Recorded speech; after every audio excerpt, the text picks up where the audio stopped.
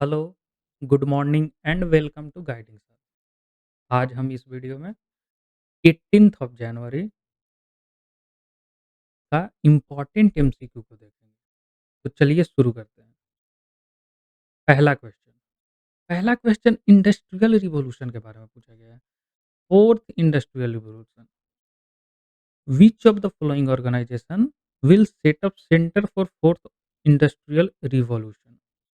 इनमें से कौन सा ऑर्गेनाइजेशन है जो कि सेंटर सेटअप करने वाला है फोर्थ इंडस्ट्रियल रिवॉल्यूशन के लिए? Option A, world economic forum. Option B, world bank. Option C, international monetary fund. या option D, UNESCO. Option A यहाँ पे करेक्ट है। ऑप्शन ये वर्ल्ड इकोनॉमिक फोरम जो है इस सेंटर सेटअप करने वाला है और फोर्थ इंडस्ट्रियल रिवॉल्यूशन। और ये सेंटर जो है से हैदराबाद में सेटअप होने वाला है, हैदराबाद इंडिया में। अगर हम इंडस्ट्रियल रिवॉल्यूशन के बारे में बात करें तो फर्स्ट इंडस्ट्रियल रिवॉल्यूशन जो कि लगभग 1900 सॉरी 1760 के आसपास स्टार्ट हुआ था, जो कि 1820 से 40 तक चला था। Second industrial revolution second industrial revolution 1871 से लगभग 1914 फर्स्ट वर्ल्ड वार के टाइम तक चला था। थर्ड इंडस्ट्रियल रिवॉल्यूशन और ये है फोर्थ इंडस्ट्रियल रिवॉल्यूशन का, थर्ड इंडस्ट्रियल रिवॉल्यूशन का कंटिन्यूएशन माना जाता है।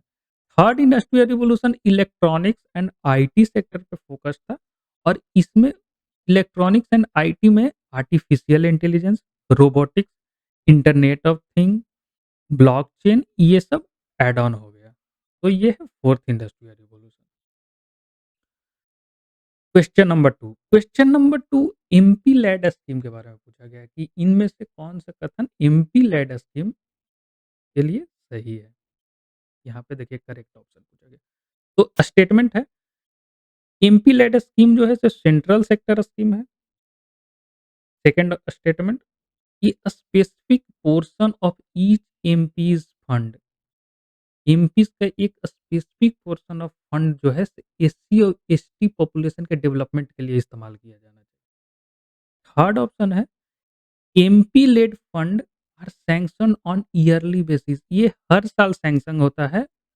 और द अनयूज्ड फंड, जो फंड इस्तेमाल ना हो उसे हम कैरी फॉरवर्ड नहीं कर सकते हैं, can not be carried forward for the to the next year. तो इनमें से कौन सा स्टेटमेंट सही है? Option A, only one is correct. Only two and one and two is correct. Only two and three is correct and all the above. यहाँ पे तीनों दो ऑप्शन 1 एंड 2 सही है, मतलब बी ऑप्शन सही है। क्योंकि अगर थर्ड ऑप्शन को हम लोग देखें तो एमपी लेड फंड सैंक्शन तो ईयरली ही होता है, हर साल। लेकिन अगर आप उसका इस्तेमाल उस साल नहीं कर सके तो आप अगले साल कैरी कर सकते हैं। और इसका अगर और डिटेल बात करें तो एमपी लेड फंड का लगभग 15% जो है सो एससी कम्युनिटी के डेवलपमेंट के लिए इस्तेमाल होना चाहिए। एंड 7.5% जो है सो एसटी कम्युनिटी के डेवलपमेंट के लिए इस्तेमाल होना चाहिए। अब एमपी लेड फंड न्यूज़ में क्यों है? क्योंकि एमपी लेड ई शिक्षा मोबाइल एप्लीकेशन लॉन्च किया गया है। ये ministry of statistics and programme implementation के द्वारा लॉन्च किया गया है। अगर एमपी लेड ई शिक्षा मोबाइल एप्लीकेशन के बारे में बात करें तो launch to revised fund flow पे नज़र रखने के लिए इस मोबाइल एप्लीकेशन को इस्तेमाल किया गया और ये रियल टाइम एक्सेस आप कर सकते हैं। एमपीज़ लोग जो हैं इस एप्लीकेशन के थ्रू अपने कंस्टिट्यूएंसी में डेवलपमेंट को रियल टाइम एक्सेस कर सकते हैं। इसलिए इसको एमपी लेड ई शिक्षा पोर्टल लॉन्च किया गया है। Which of the flowing country, question third, which of the flowing country had and relation with Taiwan. इनमें से कौन-सा देश है जो ताइवान के साथ डिप्लोमेटिक रिलेशन खत्म कर दिया? Option A, Haiti. Option B, Nauru.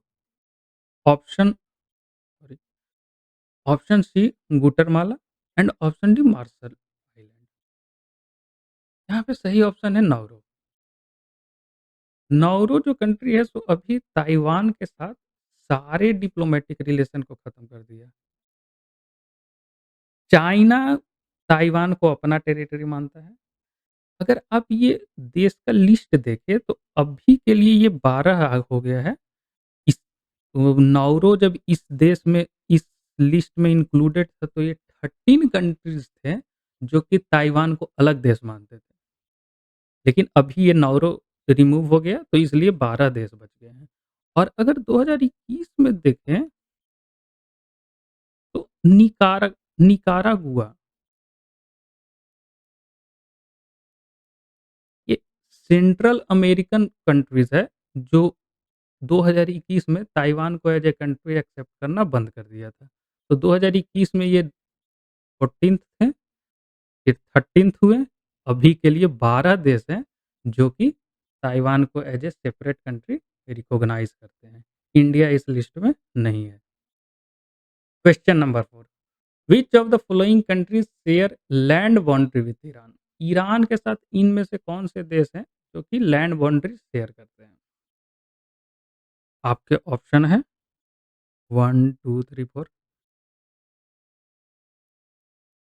यहाँ पे ऑप्शन 1 सही है, पाकिस्तान, अर्मेनिया, इराक, तुर्की एंड अफ़गानिस्तान। अभी अगर आप न्यूज़ को फ़ॉलो कर रहे होंगे तो हमारे विदेश मंत्री एस जयशंकर भी ईरान विज़िट पे हैं।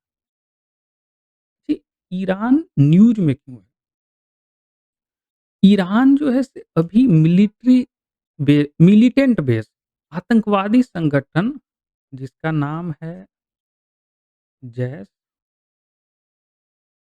अल अदल, इसके मिलिटेंट बेस पे सर्जिकल स्ट्राइक किया है। लेकिन पाकिस्तान का कहना है कि वहाँ कोई मिलिटेंट बेस नहीं था और ईरान ने 2 सिविलियन बच्चों को मार दिया। ये ऐसा पाकिस्तान का कहना है।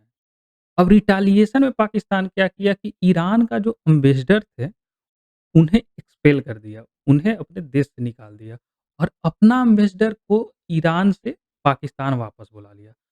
लेकिन अभी भी पाकिस्तान बोल रहा है कि हम अभी राइट टू रिस्पॉन्ड अभी रिज़र्व रखते हैं, हम कुछ न कुछ रिस्पॉन्ड करेंगे। अब ये देखना होगा कि रिस्पॉन्ड क्या करते हैं, क्योंकि पहले से ही रसिया और यूक्रेन का युद्ध चल रहा है, फिर इज़राइल एंड हमास युद्ध चल रहा है। अब देखिए ईरान और पाकिस्तान आपस में क्या करने वाले हैं। अगर ईरान का हम बॉर्डर को देखें, तो अफ़गानिस्तान, पाकिस्तान ये देखें यहाँ पे पाकिस्तान के साथ यहाँ पे लैंड बॉर्डर शेयर करते हैं। अगर और डिटेल में देखें तो ईरान एंड नेबरिंग कंट्रीज़ का बॉर्डर इस प्रकार है। 5th, Srivilliputhur Meghamalai tiger reserve ये किस राज्य में है? कर्नाटका, तमिलनाडु, आंध्र प्रदेश या तेलंगाना? अब सही ऑप्शन तमिलनाडु है। तमिलनाडु में ये टाइगर रिज़र्व है। ये भारत का 51st टाइगर रिज़र्व है। अभी के लिए 54 टाइगर रिज़र्व हैं। अगर हम इस टाइगर रिज़र्व को देखें तो अभी यहाँ पे एक न्यू स्पीशीज़ फाउंड किया गया है बटरफ्लाई का, सिल्वर लाइन बटरफ्लाई के फैमिली में ये आता है। इसका नाम रखा गया है इसी टाइगर रिज़र्व के नाम पे सिगारिटिस मेगामेलेनिस और ये एक और बटरफ्लाई का स्पीशीज़ कर्नाटका के ब्रह्मगिरी वाइल्ड लाइफ सेंचुरी में भी पाया अभी खोजा गया है। उसका नाम है कॉन्जॉइंट सिल्वर लाइन। ये कॉन्जॉइंट सिल्वर लाइन है जो कर्नाटका में है और ये तमिलनाडु में। 6th question, consider the following statement about 10th schedule of Indian constitution. हमारे कॉन्स्टिट्यूशन में टोटल 12 शेड्यूल, उसमें से 10वां शेड्यूल के बारे में ये पूछा गया है।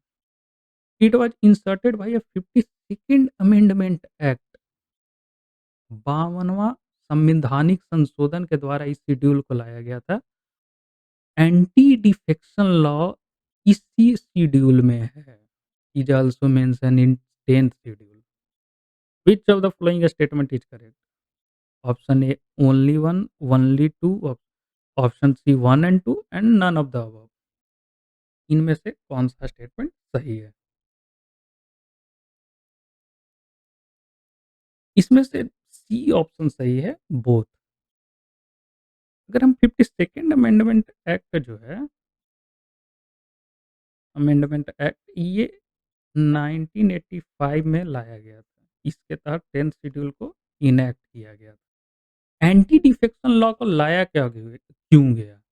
इसलिए लाया गया कि ये party member does not violate the mandate of the party. Mandate party को मैंडेट मिला है, उसको पार्टी मेंबर एक दल-बदल कानून, ये कोई इस दल से उस दल में ना चला जाए, इसलिए ये एंटी डिफेक्शन लॉ को लाया गया। लेकिन इसका एक्सेप्शन है कि अगर टोटल नंबर ऑफ लेजिस्लेटर के 2/3 टूट करके किसी पार्टी में चले जाते हैं, तो किसी का भी मेंबरशिप नहीं जाएगा। नहीं तो 1-2 जाएँगे तो मेंबरशिप चला जाएगा। 2/3 अगर जाते हैं तो किन्हीं किन्हीं का भी मेंबरशिप नहीं जाएगा। क्वेश्चन नंबर 7 है उग्रम। उग्रम जो है से अभी न्यूज़ में था। उग्रम शब्द एक उग्रम रिसेंटली न्यूज़ में था। ये किससे रिलेटेड है? ऑप्शन ए एक प्रकार के डिज़ीज़ है, क्या ये असॉल्ट राइफल है या सी ऑप्शन है क्या ये ट्राइबल ग्रुप्स हैं एंड डी ऑप्शन ये एक नया स्पीशीज़ है। Option B. ऑप्शन बी यहाँ पे सही है ये कि ये असॉल्ट राइफल है, डीआरडीओ के द्वारा डेवलप किया गया है। अगर इसके बारे में और देखें तो ये डीआरडीओ के द्वारा डेवलप किया गया है और ये रिप्लेस करेगा अपना इंसास को। इंसास राइफल है उसे ये रिप्लेस करेगा आर्म्ड फोर्सेस से। Question 8 status of Adivasi livelihood. Adivasi livelihood report किन इन और संस्थानों के द्वारा रिलीज किया जाता है? Option A ministry of tribal affair, option B इस नॉन प्रॉफिट ऑर्गेनाइजेशन एनजीओ के द्वारा, सी वर्ल्ड बैंक के द्वारा and Bharat rural livelihood foundation इनके द्वारा। तो ये एक बी ऑप्शन यहाँ पे सही है। ये एक एनजीओ के द्वारा रिलीज किया जाता है और उस एनजीओ का नाम है प्रदान। इनके द्वारा ये रिपोर्ट रिलीज किया जाता है। Question number 9 consider the following statement about Assam मुख्यमंत्री महिला उद्यमिता अभियान। असम के मुख्यमंत्री महिला उद्यमिता अभियान के बारे में यहाँ पे पूछा गया है। इस अभियान को इसलिए रूरल वुमेन एंटरप्रेन्योरशिप को बढ़ावा देने के लिए किया गया है। लेकिन इस अभियान का कुछ रिस्ट्रिक्शन है। तो रिस्ट्रिक्शन है कि जो महिला इस अभियान में पार्टिसिपेट करेगी या इसका बेनिफिट लेगी, उसको नंबर ऑफ चिल्ड्रन पे रिस्ट्रिक्शन रखा गया है कि जो महिला इस अभियान से जुड़ना चाहती है, उनके कितने बच्चे हों। क्योंकि ज़्यादा बच्चे होंगे तो इस अभियान का बेनिफिट नहीं ले सकते हैं। तो restriction on number of children women have to qualify for the benefit. और अगर किसी महिला जो इस अभियान से जुड़ती है, इसका बेनिफिशियरी है, तो उसका गर्ल चाइल्ड है, अगर बेटी है, तो वो स्कूल जाना होना चाहिए। अगर स्कूल जाने लायक है, तो उसका स्कूल में एडमिशन होना चाहिए। Which of the following statement is और आर करेक्ट? इनमें से कौन-सा सही है? Only 1, 1 and 2, 1 and 3, all the above. इनमें से कौन-सा स्टेटमेंट सही है? All the above D option जो है, तो सही है। अगर और स्पेसिफिक इस अभियान के बारे में बात करें, तो इसमें जनरल और ओबीसी महिलाओं के लिए 3 बच्चे का लिमिट रखा गया है और अगर एससीज़ एंड एसटीज़ का बात करें तो 4 बच्चे। अगर इससे ज़्यादा हुआ तो आप इस अभियान का बेनिफिट नहीं ले सकते हैं। क्वेश्चन 10 प्रधानमंत्री मुद्रा योजना इज़ एम एट प्रधानमंत्री मुद्रा योजना के बारे में पूछा गया है। ये वैसे यूपीएससी का प्रीवियस ईयर क्वेश्चन भी है, 2016 में ये पूछा जा चुका है। तो इसके बारे में है कि option A bringing the small entrepreneur into formal financial system. ये स्मॉल एंटरप्रेन्योर को फॉर्मल फाइनेंशियल सिस्टम में लाने के लिए है। ये providing loan to poor farmer for cultivating particular crop. ये लोन देता है किसानों को, पुअर फार्मर गरीब किसानों को खेती करने के लिए। Providing pension to old and destituted person. ये बुजुर्ग को पेंशन देता है। Funding the voluntary organisation involved in the promotion of skill development and employment generation. यह फंड देता है वैसे ऑर्गेनाइजेशन को जो कि स्किल डेवलपमेंट कर रहे हैं हमारे यूथ को या एम्प्लॉयमेंट देते हो। तो इनमें से कौन सा ऑप्शन सही है? ए ऑप्शन सही है। Bringing the small entrepreneur into formal financial system. That's all for today. Thank you for watching this video. Thank you.